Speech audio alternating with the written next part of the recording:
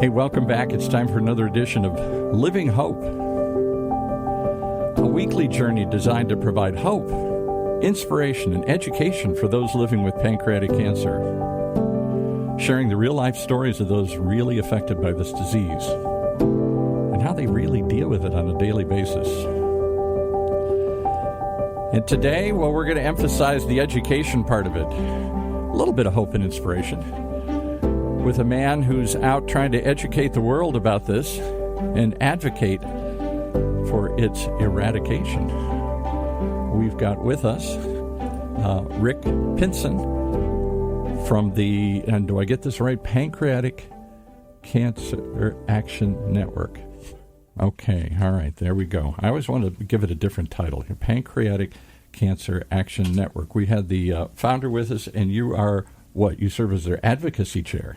Yes, I do, for the last 5 years or so. I sort of get what advocacy chair is. You're advocating for something, but what do you advocate for? For legislative change, for money, for funding? What is it that you're advocating for? Well, all of the above. It's not maybe commonly known that 80% of the pancreatic cancer research funding comes from the federal government. I didn't know that. No, okay. So every year, of course, there's a brand new budget at the federal level, and we are always advocating each year, newly advocating for a new budget so that the research effort can continue. There are two basic buckets of money, if you will, at the federal level. One is the National Cancer Institute, which is part of the National Institutes of Health. Right. And the other is there's a pancreatic cancer research program within the Department of Defense. Within the Department of Defense. Okay, wait a second. You got to explain that one to me. Why would Defense be handling pancreatic cancer? Well, back several years when they got started, it was, I believe, Senator McCain, if I'm not wrong, but I'm not totally sure of that. One more reason to honor his memory, okay? Yes, but anyway, it was thought that, well, pancreatic cancer affects a lot of military members and a lot of their families, and perhaps we can also help out on the research effort with something in the Department of Defense. So, and you know, when the congressional committees vote for budgets, if it's under defense, I would assume it goes through easier than if it's in the National Institute of Health. I don't know. We're spending all this money for all this stuff. What do we get for it? Yes, that's exactly right. And it ties into something that Roberta Luna, our Orange County affiliate, mission chair, was involved with. She's the mission person. She's on the mission here. She is. She is. But about 5 or 6 years ago, the PanCan pushed to have passed a bill called the Recalcitrant Cancer Research Act in order to direct the National Cancer Institute to come up with a prioritized framework of how to attack pancreatic cancer. And the way they got that passed was just what you said, by attaching it to a defense-related bill. And it, as you said, sailed through, I'm sure, much more easily than it would have had it been a standalone thing. And what was the bill called? Recalcitrant. I had to even look it up, so I'm making sure it says a person with an obstinately uncooperative attitude here. That's exactly what it is. And it wasn't just pancreatic cancer either, but it was, I believe, 10 different cancers who had a 5-year survival rate of less than 50%. Wow. So we all, a lot of the work we do is just not solely for pancreatic cancer, but we team with advocacy groups for other cancers. So we put together a framework along with these other advocacy groups and got it passed. And, it's still being worked on today. Well, I know we're in the weeds a little bit for some, but for some who are in the midst of this journey and wondering what's the state of research, that's what we're going to talk about a little bit today here in funding and all this, because it's an important issue that probably doesn't get enough attention here. But for those who have just tuned in and may not have followed the previous episodes, I'm going to keep doing this for a while because I don't know where people drop in on this series, and remind people that pancreatic cancer is the third leading cause of cancer-related deaths in the United States. Little pancreatic cancer. And I say little because there's only an estimated 60,000 Americans diagnosed each year, but of that, 48,000 will die because pancreatic cancer is among the world's toughest to fight and survive with a 5-year survival rate of just 10%, double from where it was when the great Roberta Luna first entered her journey 19 years ago and was given only a 5% chance. She's made it for 19 years. She's one of that percentage of fighters still with us and still advocating. Go back and listen to her earlier episode if you haven't. It's a fascinating story. But here's this disease doesn't affect perhaps as many, not nearly as many people as breast cancer, lung cancer, other sorts of cancer, and yet much deadlier outcome than that. Is that deadly outcome, we've talked about it, in your opinion, is that because hard to diagnose, your pancreas is in the middle of your body, I don't see it, I don't touch it until it's too late, the symptoms can be anything, my back hurts, that's not pancreatic cancer, it's just I exercise too much? Or is it because there isn't enough funding to do this? Would better funding raise the survival rate? Well, I believe so, but and you hit probably the main reason that the survival rate is so low is that it's just very hard to detect early.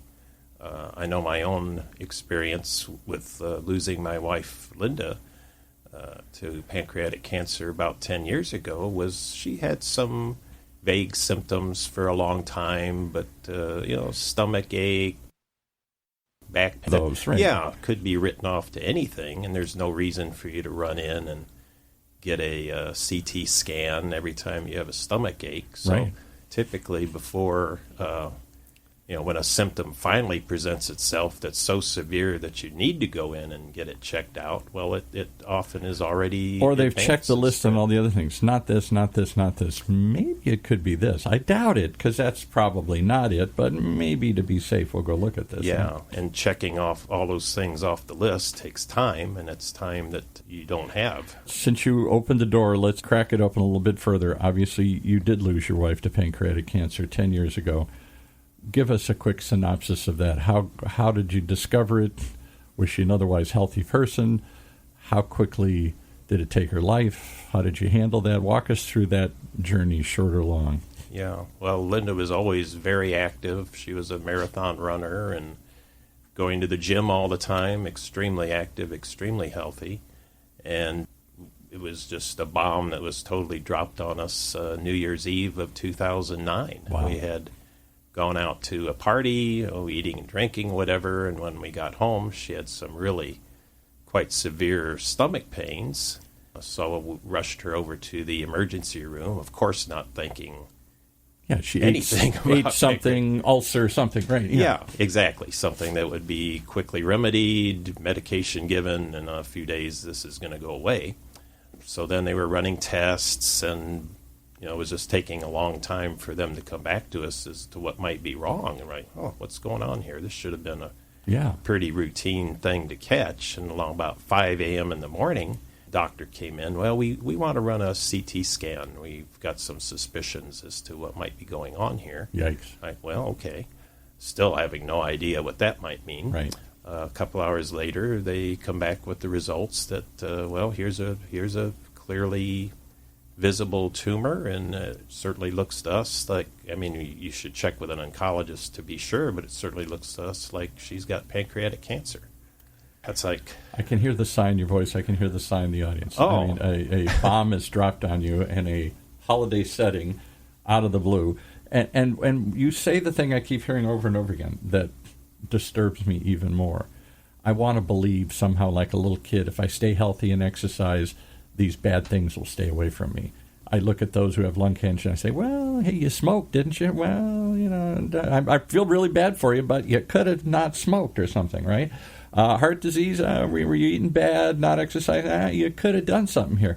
I don't hear that I could have done anything to stop pancreatic cancer, at least not that we know of right now. No, nothing that we've conclusively proven. If you do this, then it won't happen. If you stand on your head and hop around times daily, you won't get pancreatic cancer. I don't hear that. Or eat something or do something. I don't hear that preventative cure. No, and that comes back to research. That's one of the things we're looking at is how can we detect this?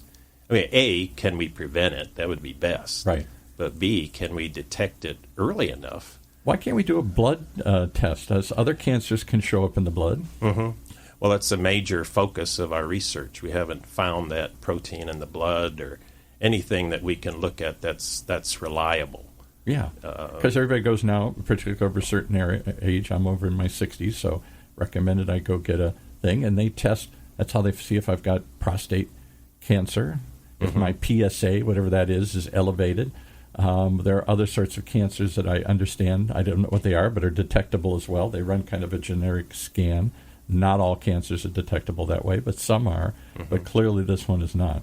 Not yet. We're certainly hoping we come up with something where just as part of your routine annual physical, you could run a blood test, saliva test, something that's non-invasive is just part of your routine exam. Say, oops, there's a tumor growing. We better check this out. There's some spike in something, and they go in and catch this thing early. Because if you catch it early, I would assume, maybe I'm wrong, that you could radiate it with some degree of success, zap it, or perhaps cut it out. Yes, that's exactly right. If it's localized, in fact, surgery is really considered the closest thing to a cure that we have. If it's localized, you can go in, cut it out, have margins around what you've cut out.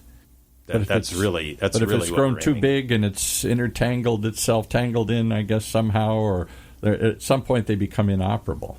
Yes, and that was my experience, too, with Linda. After 3 or 4 weeks, trying to figure out what to do. Yeah, what the heck is this? Right? We had gotten to a surgeon at USC who felt he could go in and take it out. So we scheduled her for surgery. She went into the operating room. Of course, several of us were in the waiting room waiting for her, and then the doctor came out. They had told us, okay, this will be maybe a 5 or 6 hour procedure, but after about 45 minutes, he came out and said, well, we got in there and we found that it had spread. We couldn't tell that till we went in because the metastases were too small to show up on the CT scan. But once we got in there, it has spread. So they've figured out it just doesn't benefit the patient to try to do a surgery and take part of it out, because by the time they recover, everything else has grown and you just haven't made any progress. So, wow. All right. How long did this journey last? Almost 3 years. After the surgery failed, we were fortunate to get a couple of good oncologists who prescribed the state-of-the-art chemo at the time, and it was extremely successful for quite a while.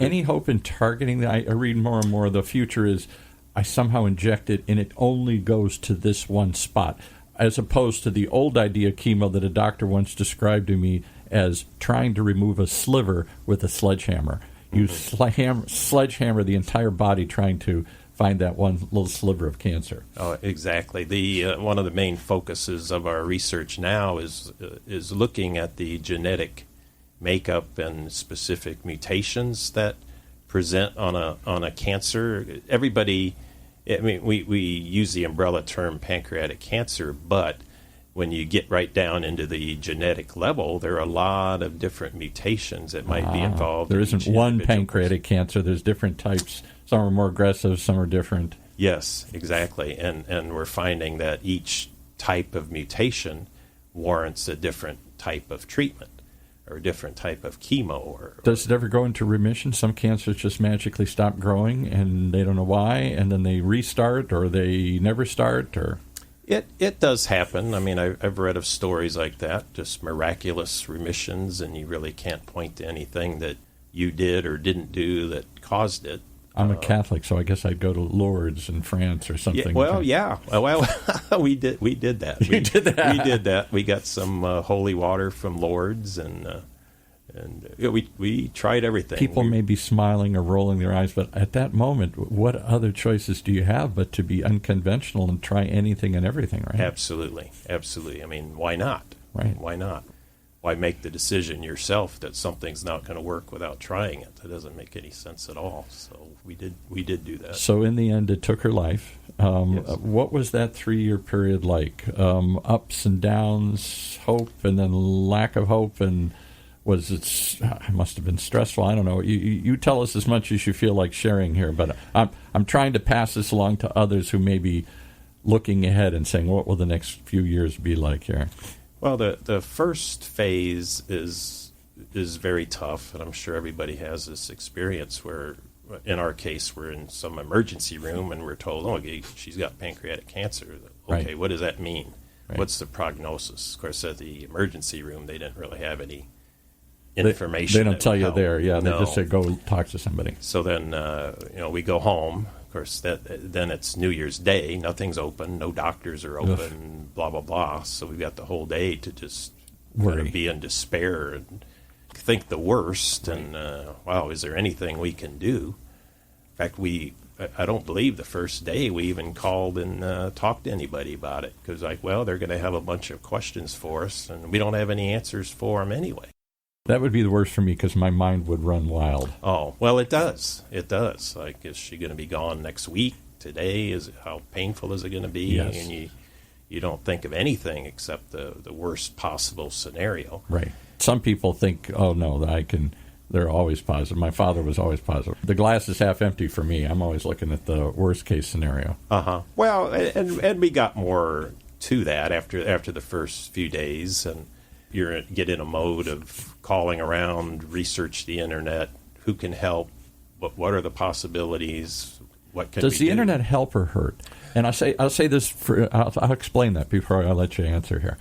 On the one hand, we want knowledge. And 20 years ago, when Roberta started her journey, I suspect the internet was not very, if it was around, it wasn't very filled with stuff.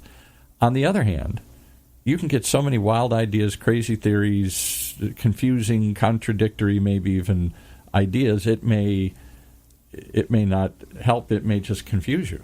Yeah. Well, it's hard, and you touched on it earlier, where you're in kind of a mode of desperation and grasping at straws, and what can we do? So sometimes you can see things on the internet that are just complete rubbish, but you reach for it. You reach for it. Yeah, you do. In our case, the internet was a godsend, because through that, just through a random search, we were able to find PanCan. There you go. Which is how PanCan was founded, because the original founder, Pamela, couldn't get any good information. Yes. She tried to do the research and was shocked to find, wow, there's just nobody around that can help. So she founded an organization that does help. Right. So in that sense, that helped us out a lot. But on the other side, you read the statistics and bad news, and it's just something that doesn't help. So very, very early on, Linda said, well, you do all the research stuff and all that. I don't want to expose myself to any of this negativity. And if there's something that you... And you're the guy's going to research. You seem like a research kind of guy. I don't know what you did as a living, but... no, engineer. So okay. You're exactly right. You strike me as that analytical type here. Yes. So that worked out well. So I could... it didn't help me out sometimes emotionally, but at least I was able to... You felt like you were doing something, yeah. Yeah, exactly. Very good point, yeah. At what point do you ever give up hope, or do you fight to the last breath here? Is there, the stages of grief, denial, anger, acceptance, all that stuff? Is that a typical kind of journey? I think it is. I think after the initial period of shock and needing to do some research and what do we do, and getting our support system in place, doctors and support groups, and build your team. Build your team. Then it became more like, okay, well, we can do something about this. So let's fight it out as long as we can. And we have some great examples of people that have done tremendously well for a long time. And she lived for 3 years. We had people in here who lived for 3 months. Yes, exactly. I've met many of those. And Roberta's here in the room, and she was one of the inspirations for us, as she has been. She's the inspiration for the show. We'll talk about her a lot. I know she doesn't like that. She's sitting off camera here. Well, all right, so after it took your wife's life, and I hope I'm not saying that too abruptly here, but you fought the good fight, and in the end, it won, but not without extra years or extra time.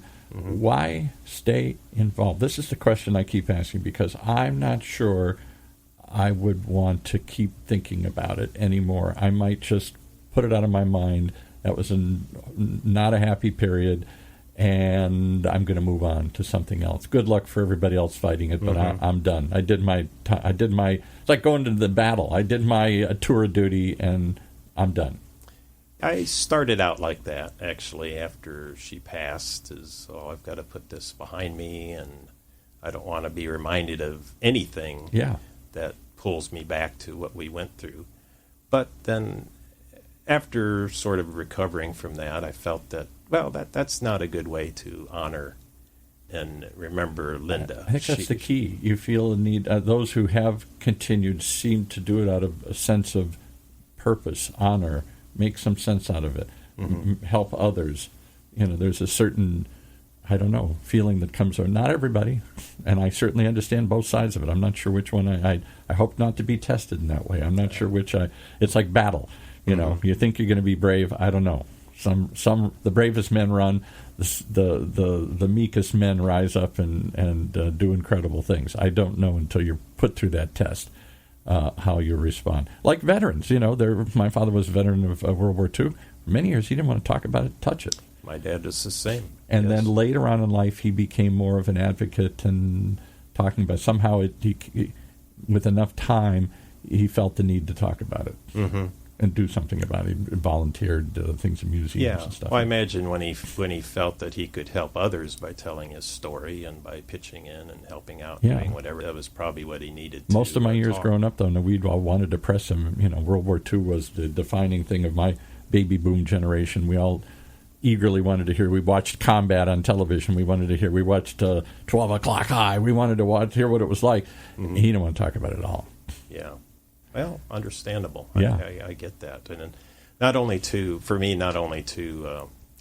honor Linda, but all the people that I've met through PanCan, I felt that I wanted to stay involved to help them out as well. Well, let's help them out by giving, we've got 5 minutes left here. Give us a state of the latest research. You talked about funding, so there are 2 funding programs at the federal level. Obviously, you're always urging to get more. Are there any bills up for consideration? Because you're fighting for 1,000 other sources, all reaching for federal dollars here, and some with far larger organizations and advocacy groups, I suspect. So I would suspect it is a tough fight to even stay in the game.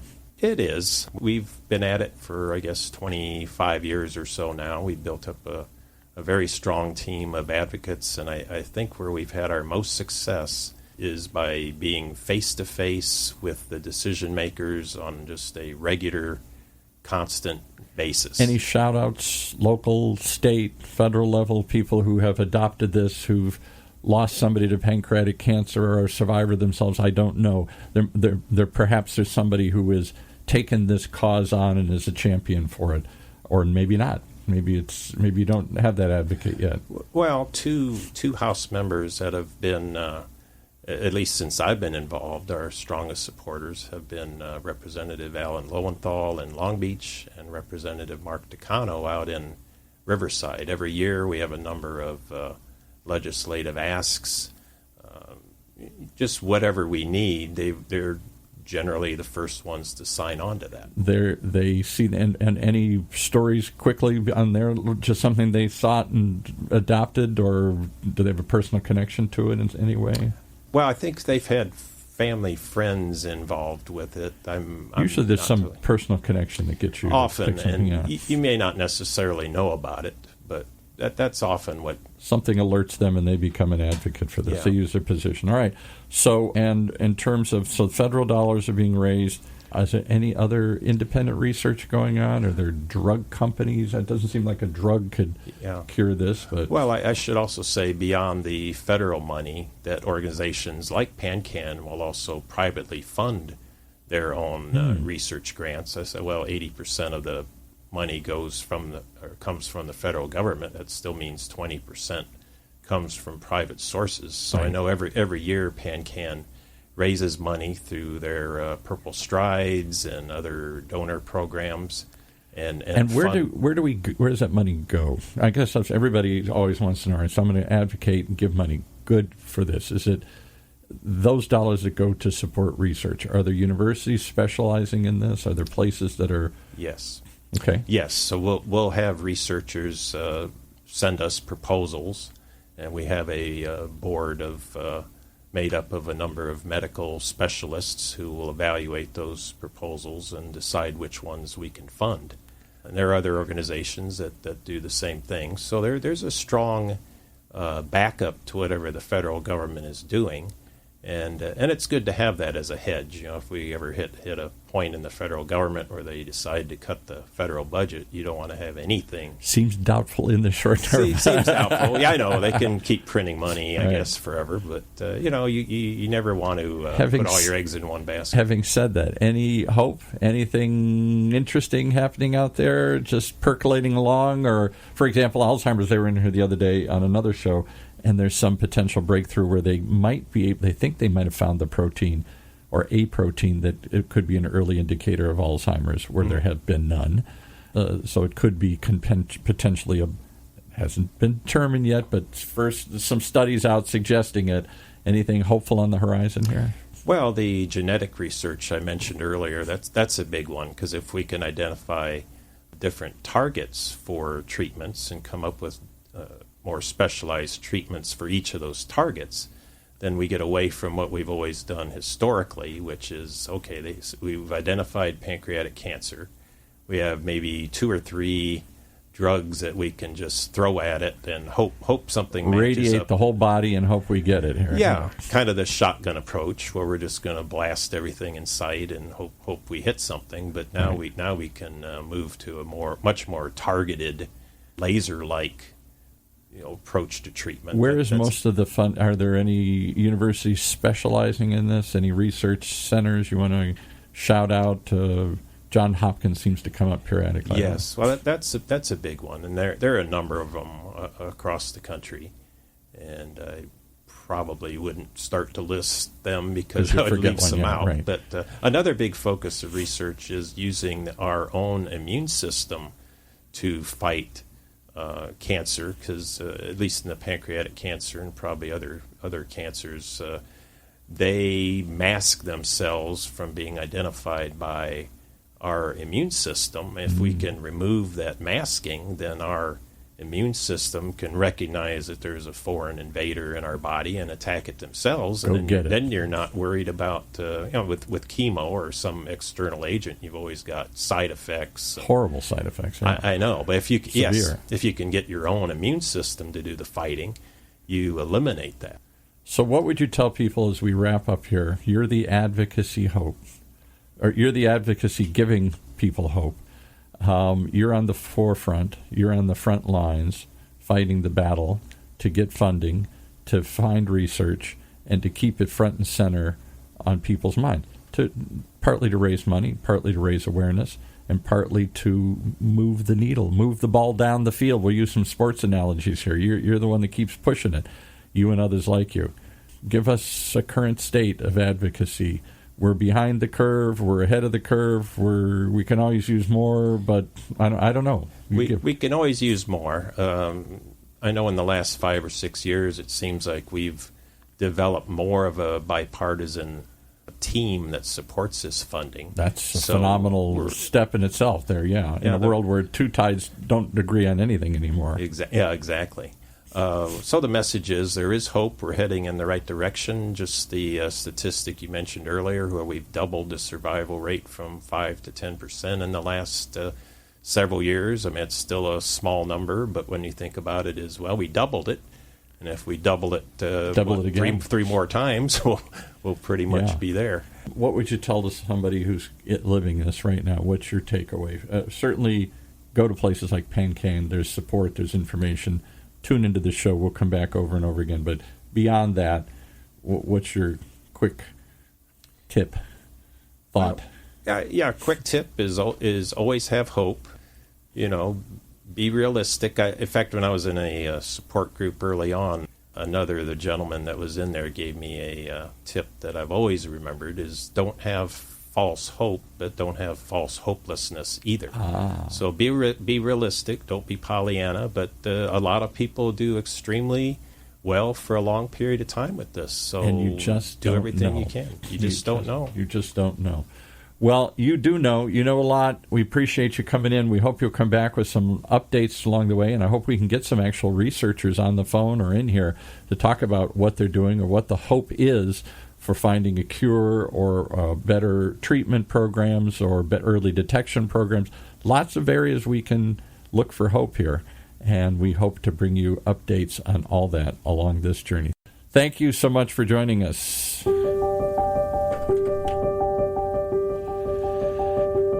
As always, you've been listening to Living Hope, a weekly journey designed to provide hope, inspiration, and education for those living with pancreatic cancer. Sharing the real-life stories of those really affected by this disease and how they deal with it on a daily basis. And if you're dealing with it, then we urge you to contact Patient Services, 877, the number 2, PANCAN. That's 877-2-PANCAN for the Pancreatic Cancer Action Network. Start there. They can put you in touch with others and help you answer your question and guide you to support groups and share some real information and hold your hand, help you through it.